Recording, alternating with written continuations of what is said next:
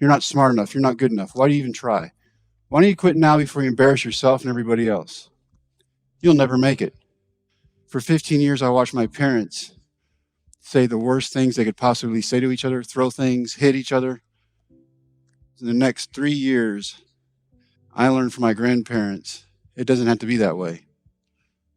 Now, I worked for my grandfather in the stores for 3 summers, and he taught me a lot. Every day, pretty much, I got a lesson. Jimmy, you're born with your name and you die with your name. What you do with it in between is a legacy you leave behind for everybody else. Who do you want to be? These lessons from my grandparents added up over time. Eventually, I take those college entrance exams that everybody loves to take. My scores came back. My counselor stops me in the hallway. He's got my scores in his hand. He goes, Jimmy, what are you going to do with your life? I looked up at my counselor. I said, I'm going to be a baseball player. Everybody knows that. And he goes, I hope so. You're too stupid to go to college. Same period of time, I find out the person I love more than anybody in my life, the mentor, the person I held high up here on this pedestal. My grandfather, Ernest, was diagnosed with ALS. I was watching my grandfather get sicker and sicker. I was playing a summer league game. After the game, this man came to talk to me. He goes, I'm the coach at Ranger Junior College. I want you to come play baseball for me. I know about your dream. I know about your grandfather. I know about your grades. I'm going to get you classes that you can pass, which was important. You're going to pitch for me during the week, and on the weekends during the fall, you're going to go home and spend time with your grandparents in the hospital every weekend. I would pitch, and on the weekends, I would go home. I did that for 4.5 months. On the last Sunday in November of '82, I kissed my grandparents goodbye at midnight. I had to get back for 8 o'clock Monday class. Told them I loved them. I got back to school at 1. At 3, my coach woke me up. He said, you need to go home. Ernest has passed away. I've already talked to all your professors. Don't worry about your finals. It'll be taken care of when you get back. You go home. You take care of your grandmother. You take care of the funeral. She does not lift another finger. So I did. To this day in Brownwood, there's never been a larger funeral take place. People came from all over the country. Everybody got to say their goodbyes to my grandfather who lived for everybody else but himself. No grades, no scholarships, nowhere to go. Call my mom. Mom, I made a horrible mistake. I don't know what I was thinking. I'm quitting. I'm coming home. I'm done. It's time to go out in the world and start teaching and coaching kids. And that's when I found myself at Reagan County High School in Big Lake, Texas. I inherited a baseball team that had won 1 game each year for the 3 years before I got there. So the first thing I did as a head coach was I kept that one team on the schedule. You're going to respect this game as long as you're on my field and you're playing for my team. We're going to do things the right way. Athletic director and head football coach at Reagan County High School pulls me aside one day to tell me if it's ever close or they're ever behind, they're going to find a way to lose. Their parents are losers. They're losers. It's just in their DNA. They're not even going to graduate from high school.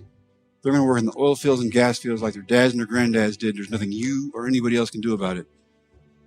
You have taken these kids as far as you can. See, the problem with that little talk was that 2 of my kids were behind the lockers changing. Before I get to my field, spread through my team like wildfire. The guy not only in charge of all the coaches, but all the kids thought they were losers. I walked down the left field line, not one kid's looking at me. I started talking about hopes and dreams and setting goals. And then my catcher looked at me dead in the eye and he goes, why are you telling us to chase our dreams if you're not willing to do it yourself? We think you still want to play. And I said, no, sir, I want to stay married. Thank you very much. But coach, the way you teach us the game, we know your heart's still in it. You teach us how to act and react to every situation that comes up. We know what the other team's going to do before they do it. What came out of the deal was if they won a district championship, which the school had never done in baseball, I had to try out again. But forget about the bet. But in the district championship game, we're down by 3 runs in the last inning, and history would dictate we're not going to come back and win that game. I watched this group of kids that nobody believed in, including themselves, come back, score 4 runs, win.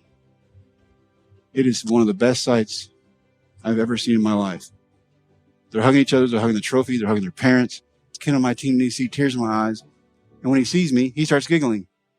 Big fat coach in driver's seat, crying like a baby. Pats me on the shoulder, walks by, goes, we did our part, now it's your turn. I have to go do this. Every kid on the bus, coach, we did our part, now it's your turn. I find a tryout. My dad helps me find it. I made a promise to a group of kids that if they did something nobody thought they could do, I would try to do something I know I can't do. Embarrassing, humiliating. I can't do anything about that. I made a promise. I'm living up to it. Young guy catching me who just graduated from high school gives me a sign for a fastball. I wind up. I throw it as hard as I can. I look over the catcher's head behind the screen. He's gas weighted scout shaking his radar gun. I do not even throw hard enough to register. Gasway, the scout, meets me in my car. He said, well, son, I don't know, you've done your time off, but the first pitch you threw without warming up was 94. Everything after that went up to 98. The last thing he said to me as I got ready to drive home was, don't be surprised if you get a phone call. The kids were right. I didn't embarrass myself. Drive an hour and 10 minutes home. Wasn't one phone call, it was 12. And we were not the first ones home.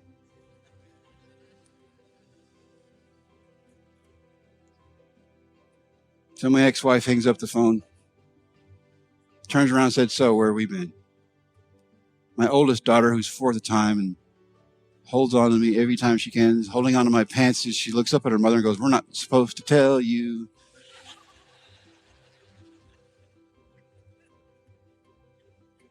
She looked back at me and she said, what were you thinking? I said, I'm a man, I'm not supposed to think. She goes, what are you going to do now? I said, the same thing I was going to do before. I'm good at coaching these kids. I'm trained for that. I'm successful at that. I win everywhere I go. That's what I'm good at. This thing over here, this baseball dream, has never, ever worked. I've wanted to play since I was 5. It's never worked. She said, you better listen to phone calls. They wanted me to come back in 2 days and throw again to see if I could actually throw that harder if my arm had fallen off. If I'm telling my kids they want me to come back and throw again, my kids go, Coach, you told us if we ever had our dream in front of us, you'd chase it no matter what.